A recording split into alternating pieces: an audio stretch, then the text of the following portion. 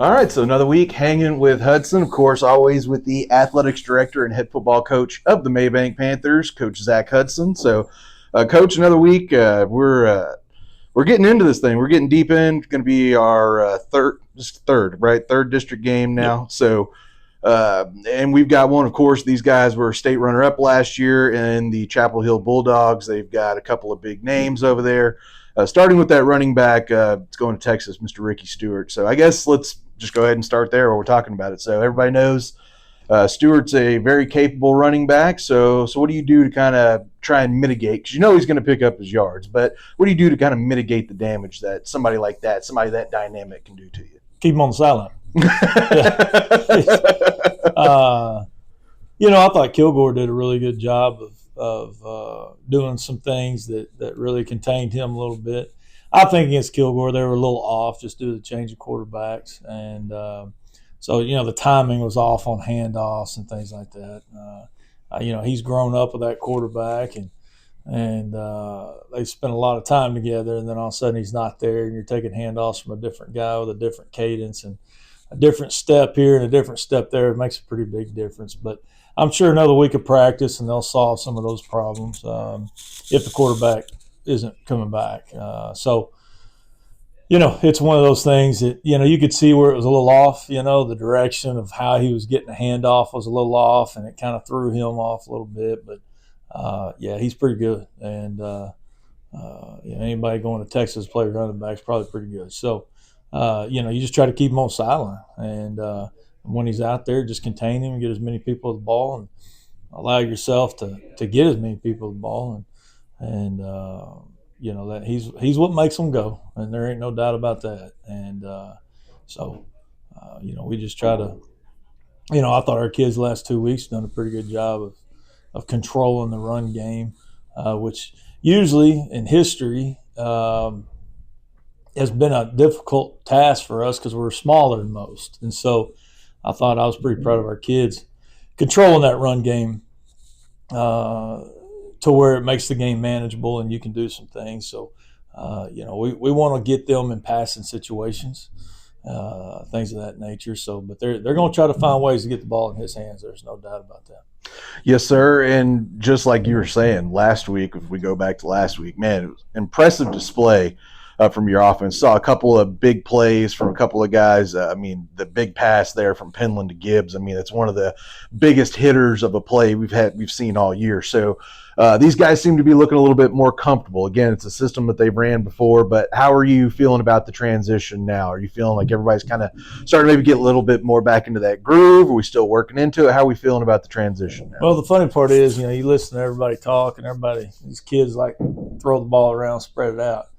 Our kids were very excited to go back to the slot tee. Very excited. They know they're successful in it.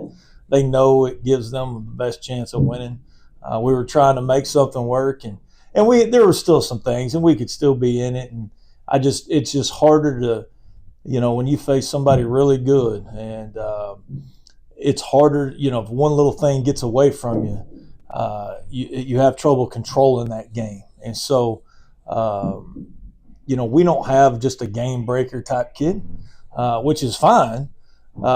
So without that, the spread offense and getting people in space and stuff like that loses its luster pretty quick. And the kids were begging for it to come back. They were begging us, and we got a little bit back in Canton, and then by the time Pine Tree hit, let's go. And so it's worked out well. It really has. I think they do a better job of running right now than we probably have in the last 3 years, to be honest with you. A lot of those linemen were back, though, from last year. So, right. But it really helps the smaller linemen. You're not just having to stand up and take it from a defensive lineman. You kind of get angles on them and things of that nature. So it really does help the smaller linemen out. The rule changes they made 2 years ago where you can't cut a linebacker and things like that really hurt us with those smaller linemen. But at the same time, we've adjusted that a little bit and kind of adjusted the blocking a little bit for that. So but the kids were looking forward to it. And, they did exactly what you wanted to do against a really good football team. I thought they did a good job with Pine Tree. They just had a hard time finding the hole. Like the holes were there. They were having a hard time finding it. This past week, I thought we were better at it. We weren't great at it, but we were a lot better at it. So hopefully we'll be better at it this week, and finding those little small seams in there with the play. So it's just one of those offenses that it's probably not the most exciting thing to watch from the bleachers, but it really does give our kids the best opportunity to win and stay in a ball game and have a chance in the fourth quarter. When you go play the number 2, number 5, number 8 team in the state of Texas, you want to hit the fourth quarter with a chance to win the game, and it gives us that opportunity. We feel like, and so last week it's we could have cut 5 minutes off the clock or added 5 minutes. We win the game. Absolutely. So it's just ran out of time or time lasted too long, however you want to look at it. But those kids played their tails off, and that's all you can ask for. But with the kids we have and the style that they run and all that kind of stuff, and the size of our linemen, it really does fit what we do and our kids, and they enjoy it. So. Yes, sir. And speaking of the kid, now during these interviews, I typically don't try and single out ask a question about a particular kid, but throughout the year, there's just been this name that's been coming up and coming up and coming up and coming up, and it's Noah Romero. So Noah Romero, from the beginning of the year, we saw him, of course, as the kicker and then playing some defense. Offensively, he's been coming in and getting some big chunks, kind of a combination between him and Cam Wilkinson. So what can you kind of tell us just a little bit about the evolution of Noah over the season? Because it seems like he has really stepped it up and kind of taken on a leadership role amongst his team. Well, I don't think I don't think the stage is ever too big for him. You worry about that sometimes with kids. I could see our homecoming game, which we probably broke a capacity record. That stage got pretty big for some of them, and but not Noah. And so, even our coaches that haven't been here but a couple of years, asked me to explain Noah, and I was like, guys, when he was a freshman, he kicked the game-winning field goal out here in overtime against Henderson. So he's that kid, and I was really reluctant to send him out there, and I went and talked to him on silence. I'll never forget it. And I said, "Hey, you're gonna be all right." He goes, "Yeah, what's wrong?" I said, "All right, let's go." So whether he knew or not what the situation was, that's still up in the air. But he is kind of an ice cold kid that just plays the game, and he plays at a high level.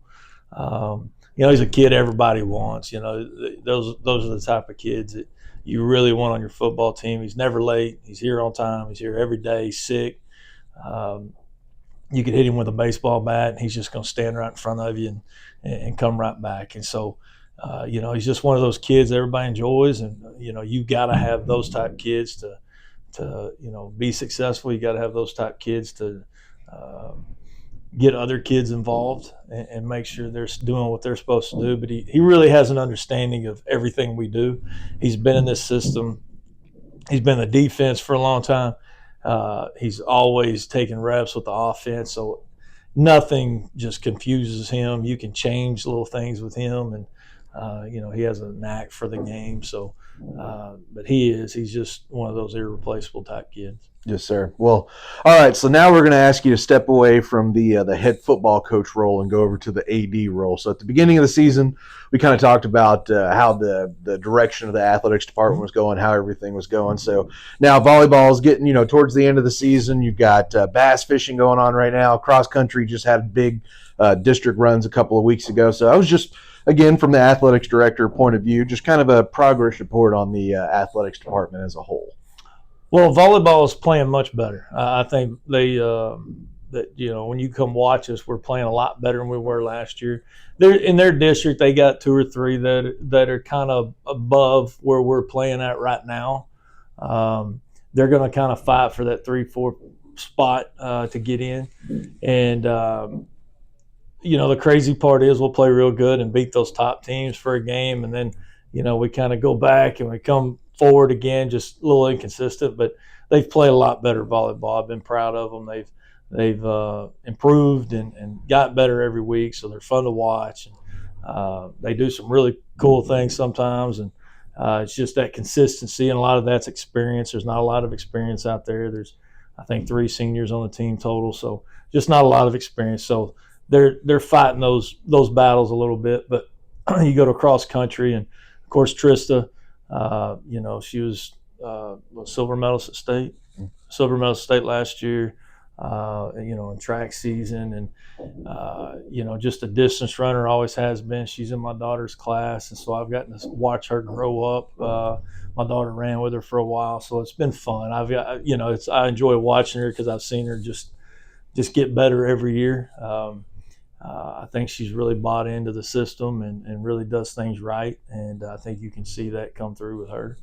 And I think senior year for cross country runners, things that take a lot of effort and time, you see seniors drop off a little bit. Absolutely. And just because of everything going on in their life. And so I was proud of her for staying with it and doing a good job of competing and doing all those things. But, the whole girls team, coming through, to win district and cross country, and then the boys team getting third. So it's, been good. Now, I am not in charge of bass fishing. Sure. It does not fall under me. Oh, that's not a UIL sanctioned activity. I Okay. still do powerlifting and stuff like that. So It's not really the UIL part. Just powerlifting and archery are not under the athletic realm right now. Okay. As far as I know.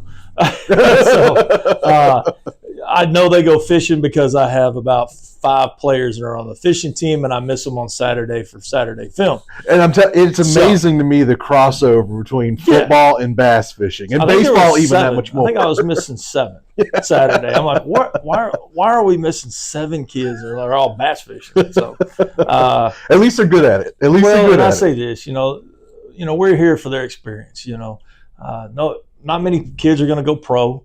They're not going to make a living doing this.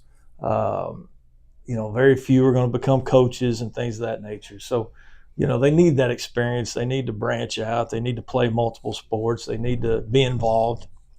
So it is nice to see, our kids. And, here living on the lake and, families living on the lake. So fishing's kind of what they do anyway. So I think that kind of fits us pretty well. And I'm glad we have that opportunity for our kids. But, yeah. Saturday, I missed 7 kids because we're bass fishing. So I was like, why don't they take me and everything will be okay? But it is what it is. Yes, sir. All right. Well, I guess one more lighthearted style question here is everybody's broken heart in football land here close to Dallas. So if you're Jerry Jones, are you firing Mike McCarthy after that Sunday performance? Well, I'm going to be honest with you. I don't watch TV. Oh, okay. Saturday night, when I get home on Saturday afternoon after film and all that we do, I try to spend time with the family and try to do things out where we live and all that kind of stuff. But Saturday night I'll turn on a college football game usually. But Sunday, by the time church and we take care of some cattle and spend some time with my girls or taking them somewhere, then we come to work on Sunday. So I don't really get involved, especially with NFL. And so I know they got beat pretty bad.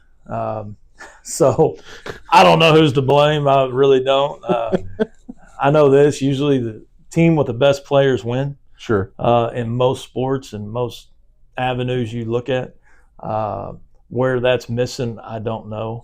But usually you can look at a team and say, well, the best players are going to win, and they do about 95% of the time. So when I say, let's say 85%. But so when you start talking NFL and stuff like that, and I don't know where you look because I don't know how you tell those guys apart because they're all freaks. Sure. It is what it is. It is what it is. All right. Well, Coach, we appreciate your time as always. Yes, sir.